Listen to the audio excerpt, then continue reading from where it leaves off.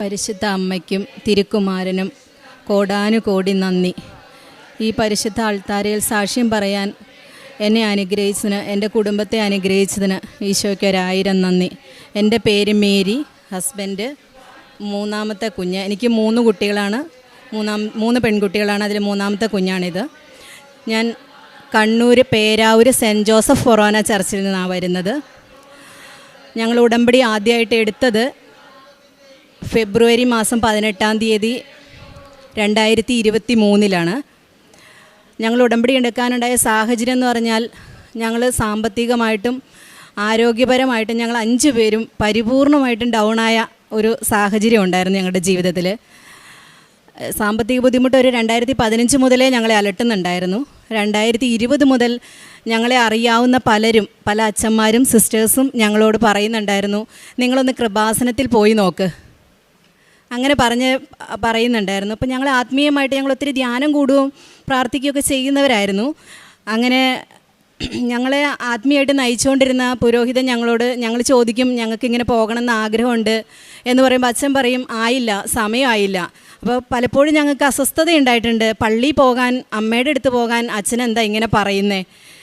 പക്ഷെ ഒരിക്കലും ഇങ്ങനെ ഹസ്ബൻഡിനോട് അച്ഛൻ വേറെ സാഹചര്യത്തിൽ സംസാരിച്ചുകൊണ്ടിരിക്കുന്നതിന് ഇടയിൽ യാദൃശ്ചികമായിട്ട് പറഞ്ഞു, 1 മിനിറ്റ്, ഈശോ എന്തോ പറയുന്നു, നിങ്ങളൊന്ന് കൃപാസനത്തിൽ പോകാൻ പറയുന്നു എന്ന് പറഞ്ഞു. ഇപ്പോഴോ അച്ഛാന്ന് ചോദിച്ചു. അച്ഛനല്ലേ പോകണ്ടെന്ന് പറഞ്ഞേ, വെയിറ്റ് ചെയ്യുമെന്ന് പറഞ്ഞത്. അത് ഞാൻ പറഞ്ഞു. ഇപ്പോൾ അത് അന്ന് ഈശോ പറഞ്ഞു, ഇന്ന് ഇത് ഈശോ പറയുന്നെന്ന് പറഞ്ഞു ഞങ്ങളോട്.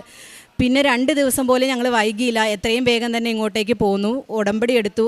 അപ്പം ഞങ്ങളുടെ മനസ്സിലുള്ള ആഗ്രഹം, ഞങ്ങളുടെ ചിന്തയും എന്താണെന്ന് വെച്ചാൽ 90 ദിവസം പോയിട്ട് 1 ദിവസം പോലും ഞങ്ങൾക്ക് വെയിറ്റ് ചെയ്യാനുള്ള മനസ്സായിരുന്നില്ല. ഞങ്ങൾ വിചാരിച്ചുകൊണ്ടിരുന്നത് അതാ പിറ്റേ ദിവസം തൊട്ട് അത്ഭുതങ്ങളുടെ പെരുമഴയായിരിക്കും എന്നായിരുന്നു.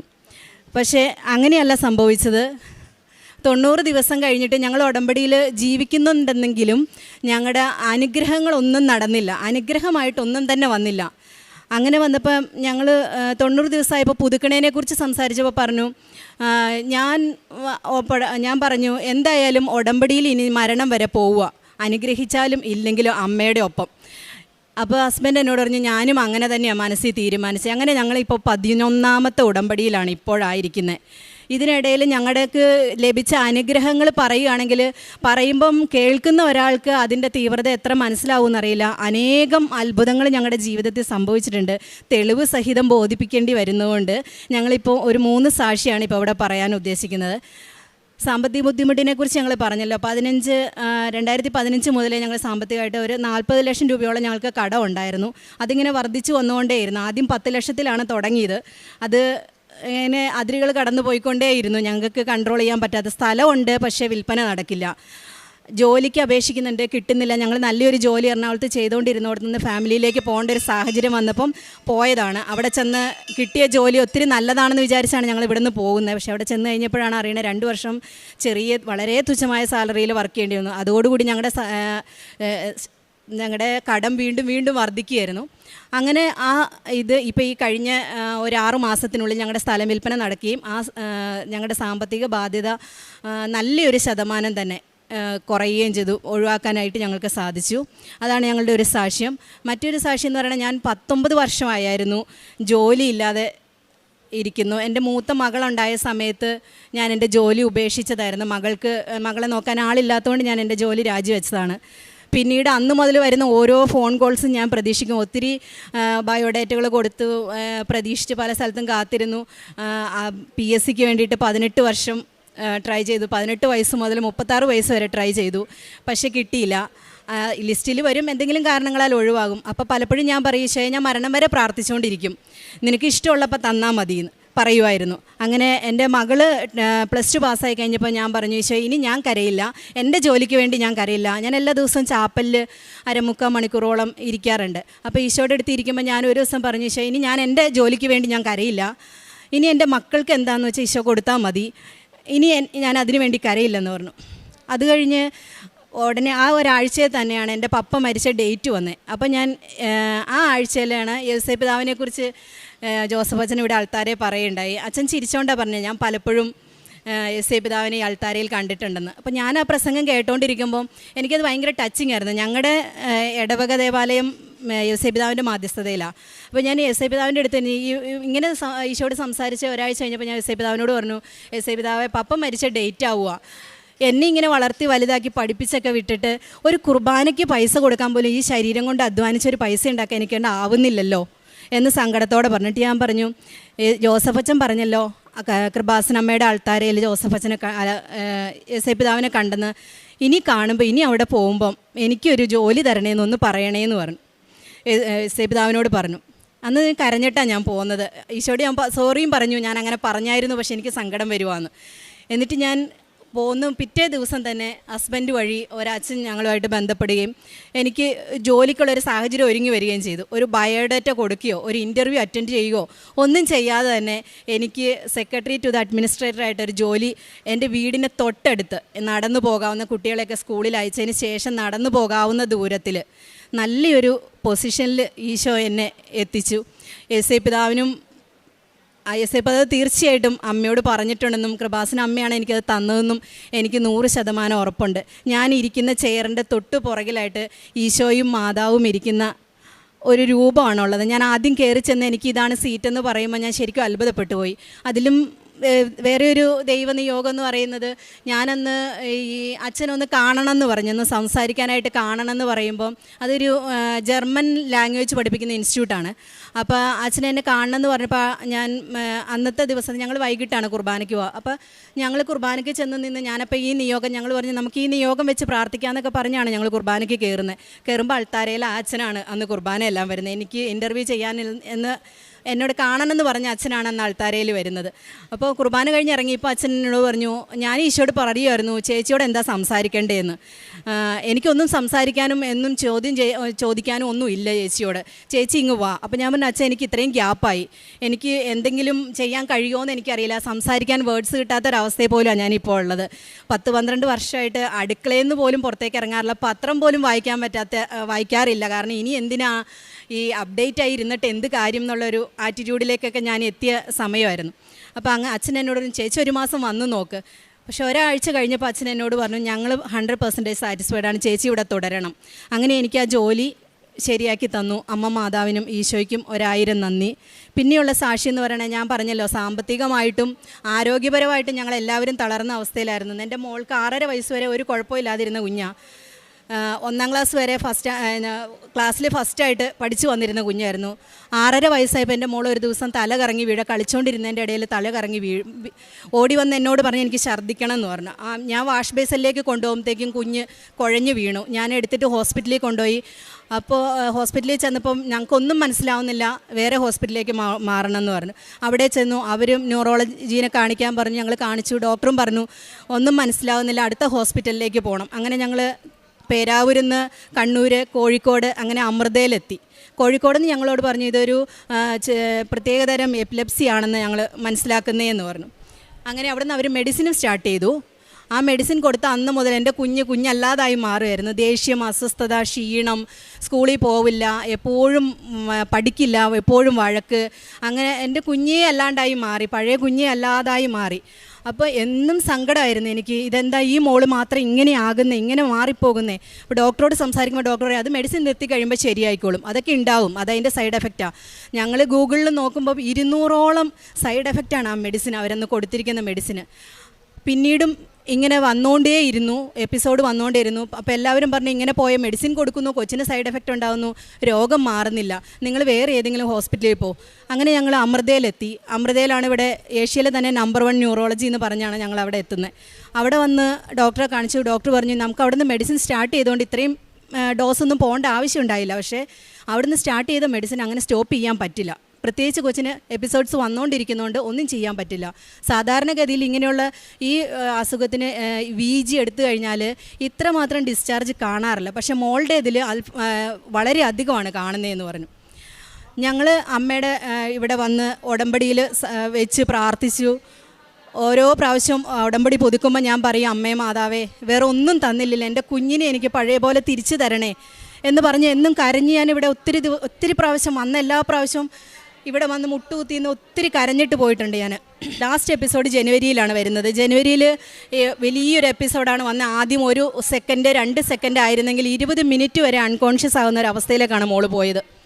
അപ്പോഴൊക്കെ ഏറ്റവും വലിയ പ്രശ്നം എന്ന് പറഞ്ഞാൽ ഈ മെഡിസിൻ്റെ സൈഡ് എഫക്റ്റ് ആയതുകൊണ്ട് മോൾക്ക് വെയിറ്റ് കൂടിയതുകൊണ്ട് ഞങ്ങൾക്ക് 2 പേരും കൂടി എടുത്താൽ പോലും കുഞ്ഞ് തളർന്നു കഴിഞ്ഞാൽ പിന്നെ ഞങ്ങൾക്ക് എടുത്തിട്ട് ഹോസ്പിറ്റലിൽ പോകാൻ പറ്റാത്ത അവസ്ഥ വന്നിട്ടുണ്ട്. ഒരിക്കൽ ഞാൻ മാത്രം ഉള്ളപ്പോഴും ഗ്രാൻഡ് പേരൻസ് ഉള്ളപ്പം രോഗം വന്നിട്ട് ഞാൻ നിന്ന് കരയുമല്ലാതെ എനിക്കൊന്നും ചെയ്യാൻ പറ്റില്ല. കൊച്ച് കരിനീല കളറായിട്ടും എനിക്ക് എടുക്കാൻ പറ്റുന്നില്ല, പൊങ്ങുന്നില്ല കുഞ്ഞ്.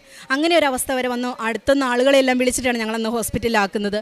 അപ്പോൾ ലാസ്റ്റ് എപ്പിസോഡ് വന്നപ്പോൾ അവർ പറയുകയാണ്, ഇത് സാധാരണഗതിയിൽ 12 വയസ്സ് 13 വയസ്സോടുകൂടി മാറിപ്പോകും.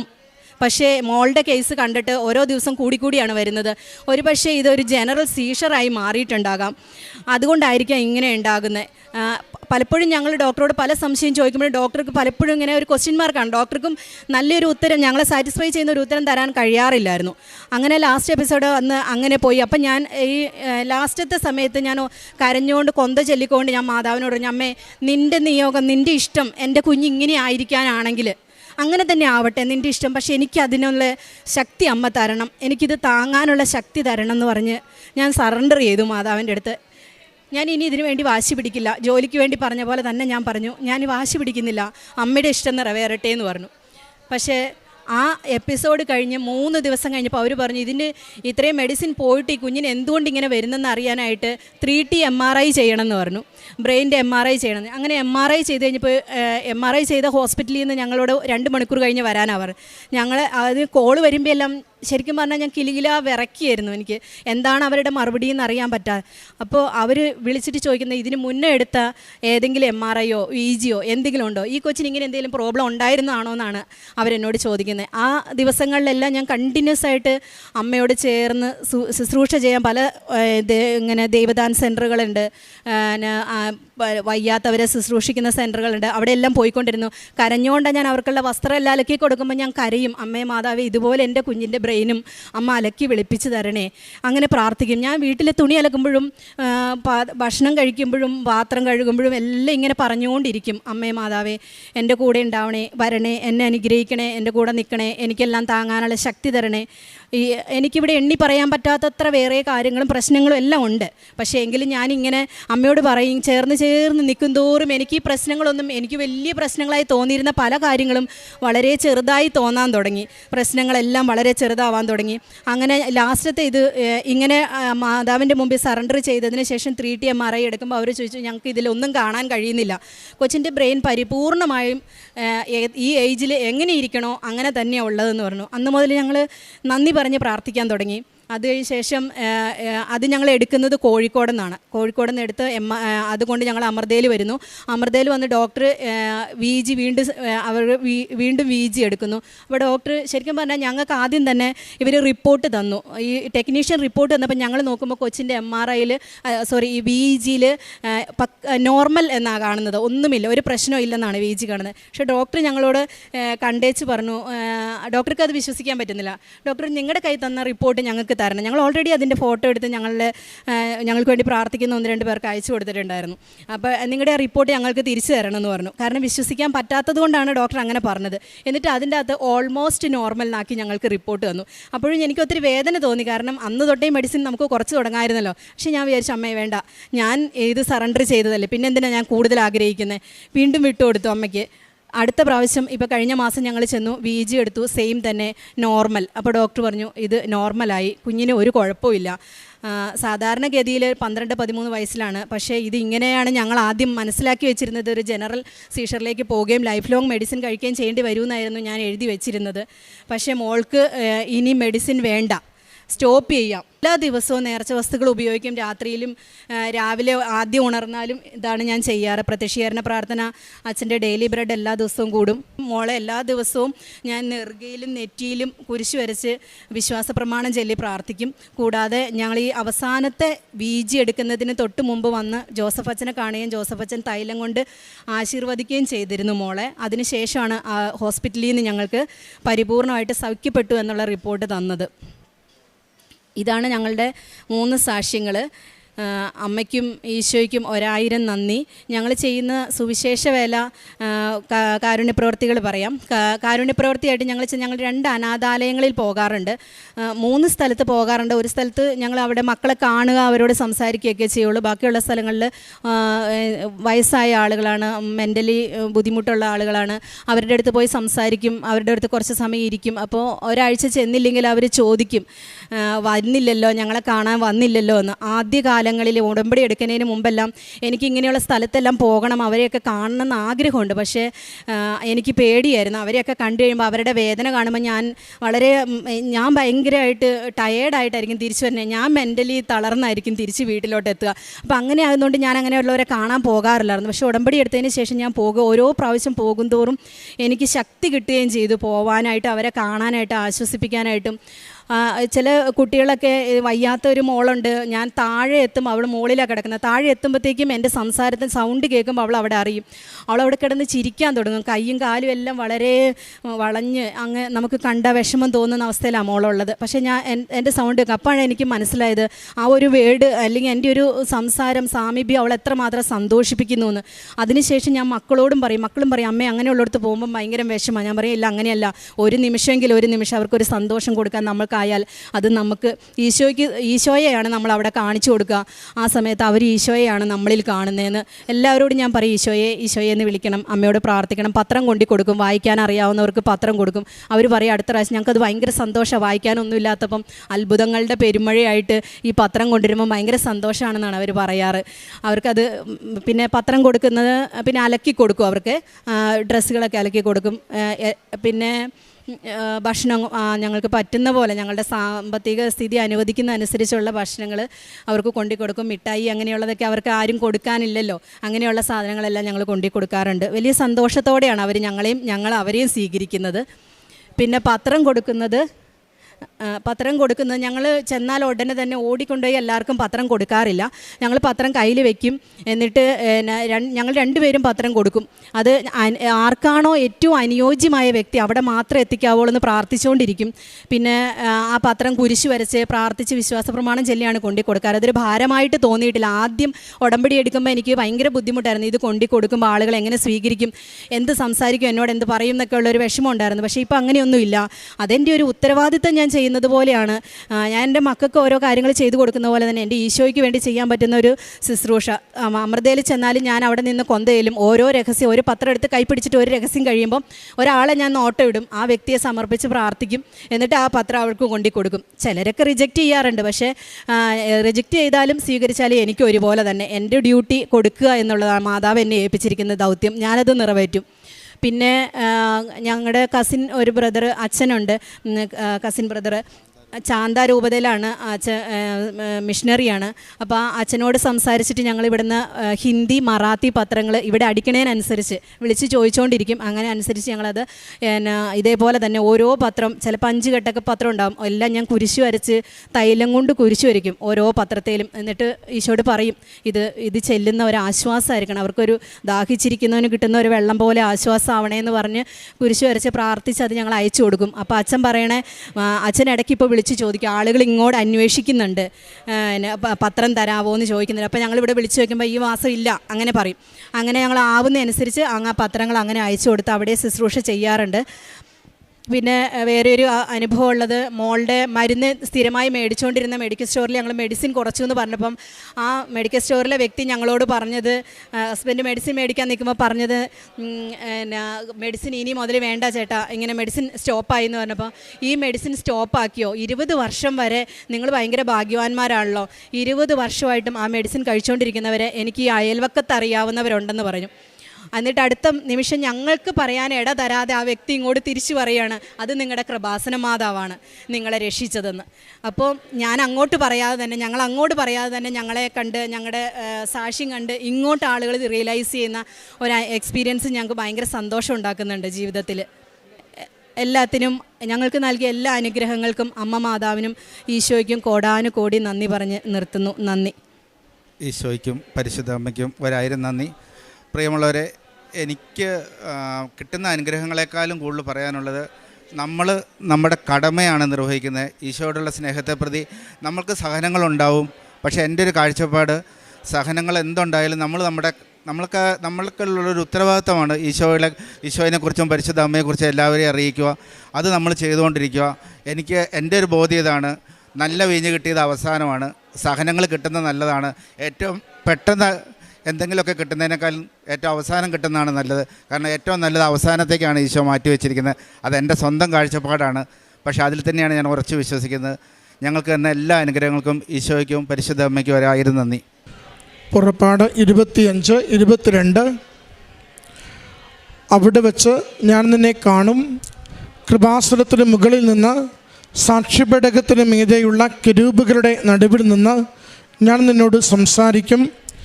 ഇസ്രായേലിന് വേണ്ടിയുള്ള എൻ്റെ കൽപ്പനകളെല്ലാം ഞാൻ നിന്നെ അറിയിക്കും.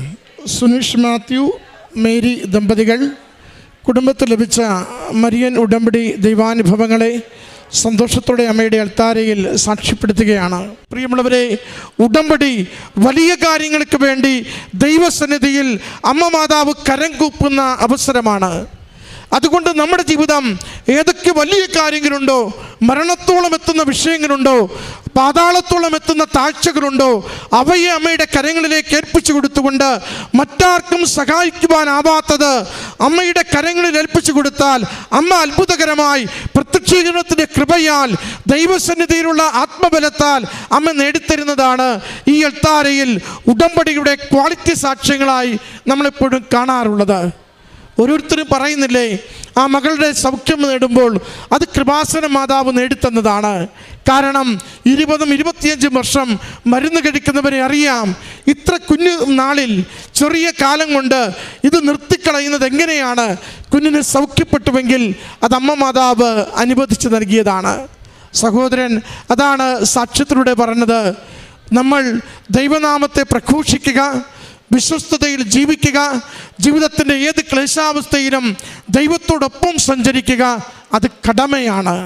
എൻ്റെ ദൈവം എനിക്കെല്ലാം നന്മയ്ക്കായി പരിണമിപ്പിക്കുമെന്ന പ്രത്യാശയോടെ നമ്മുടെ ജീവിതം കൊടുക്കുമ്പോൾ രോഗം സുഖപ്പെടും, തടസ്സങ്ങൾ മാറിപ്പോകും, കുടുംബത്തിൽ ഐശ്വര്യം വരും, തൊഴിലിൽ പുരോഗതി ഉണ്ടാവും, കിട്ടാതെ കിടക്കുന്ന ജീവിതത്തിൻ്റെ എല്ലാ മേഖലകളിലും സമൃദ്ധി നൽകുന്ന ദൈവത്തിൻ്റെ അനുഭവം നമുക്ക് കാണുവാനാവും. നമ്മുടെ ജീവിതങ്ങളെ അമ്മ മാതാവിൻ്റെ പ്രത്യക്ഷീകരണത്തിൻ്റെ സാക്ഷ്യമായി മാറ്റണമെന്ന് ആഗ്രഹിച്ച് പ്രാർത്ഥിച്ചുകൊണ്ട് ഈ കുടുംബത്തിന് ലഭിച്ച ഈ വലിയ അനുഗ്രഹങ്ങൾക്ക് അമ്മ മാതാവിനും തിരുക്കുമാരനും നന്ദി പറഞ്ഞ് കരങ്ങളടിച്ച് ഈ സാക്ഷ്യം സമർപ്പിക്കാം.